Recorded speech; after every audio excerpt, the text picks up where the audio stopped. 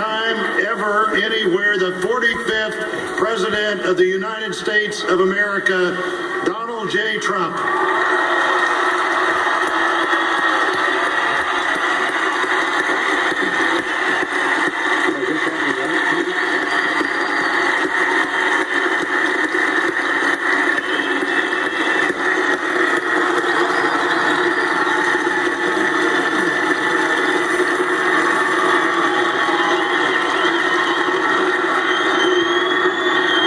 Justice Roberts, President Carter, President Clinton, President Bush, President Obama, fellow Americans, and people of the world, thank you.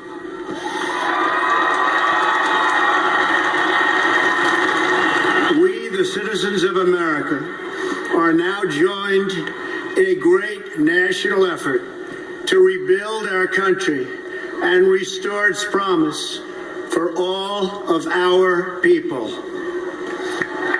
Together, we will determine the course of America and the world for many, many years to come. We will face challenges.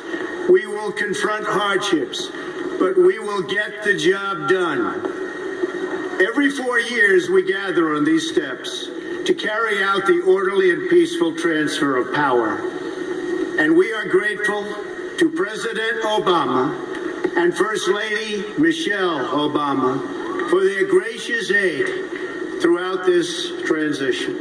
They have been magnificent. Thank you.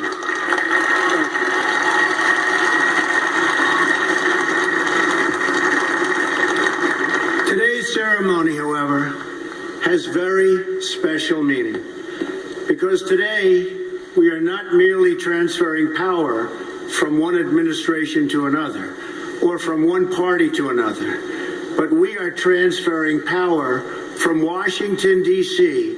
and giving it back to you, the people.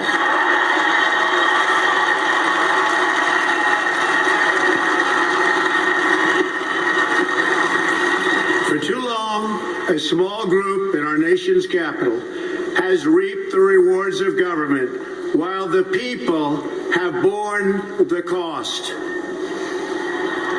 Washington flourished, but the people did not share in its wealth.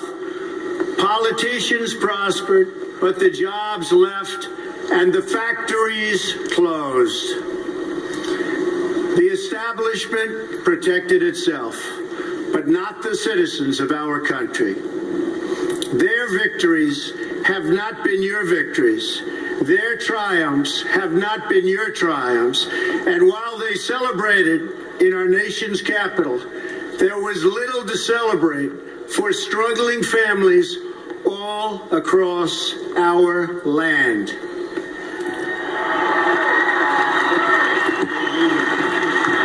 That all changes starting right here and right now, because this moment is your moment. It belongs to you.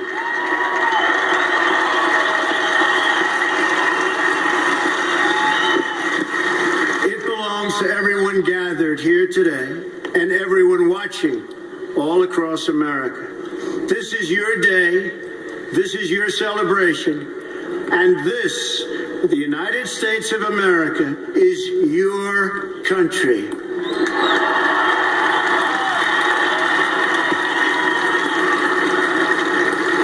What truly matters is not which party controls our government, but whether our government is controlled by the people.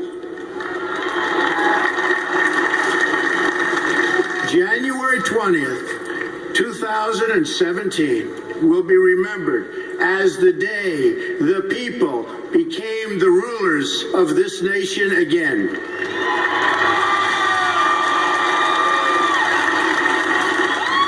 The forgotten men and women of our country will be forgotten no longer.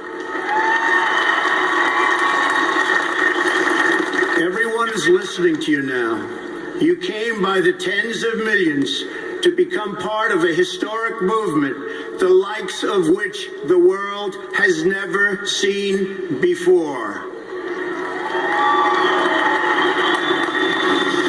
At the center of this movement is a crucial conviction that a nation exists to serve its citizens. Americans want great schools for their children, safe neighborhoods for their families, and good jobs for themselves.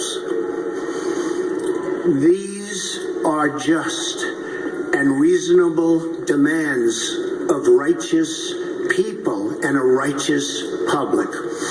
But for too many of our citizens, a different reality exists.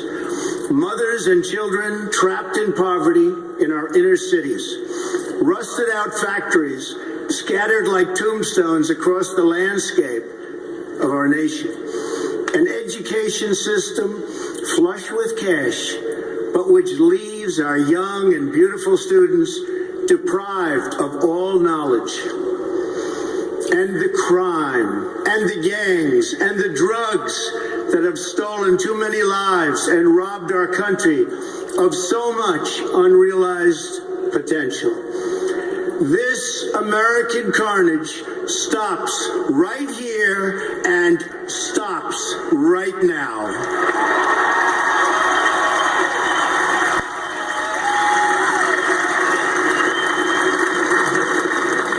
We are one nation, and their pain is our pain.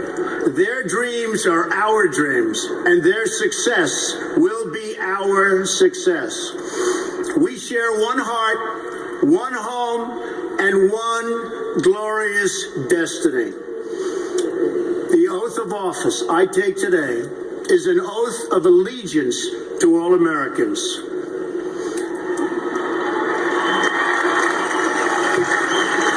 For many decades, we've enriched foreign industry at the expense of American industry, subsidized the armies of other countries while allowing for the very sad depletion of our military. We've defended other nations' borders while refusing to defend our own.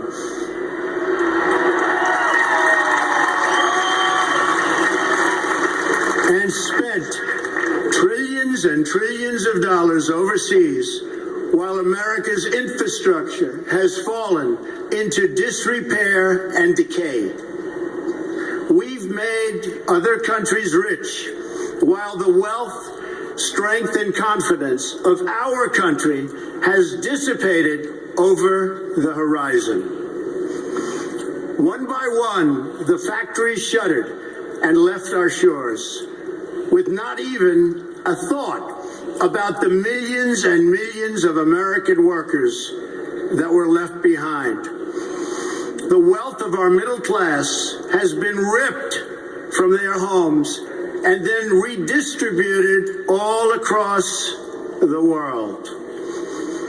But that is the past, and now we are looking only to the future.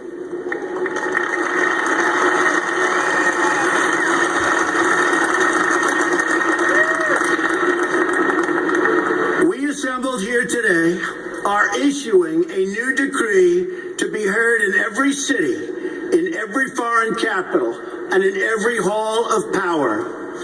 From this day forward, a new vision will govern our land. From this day forward, it's going to be only America first.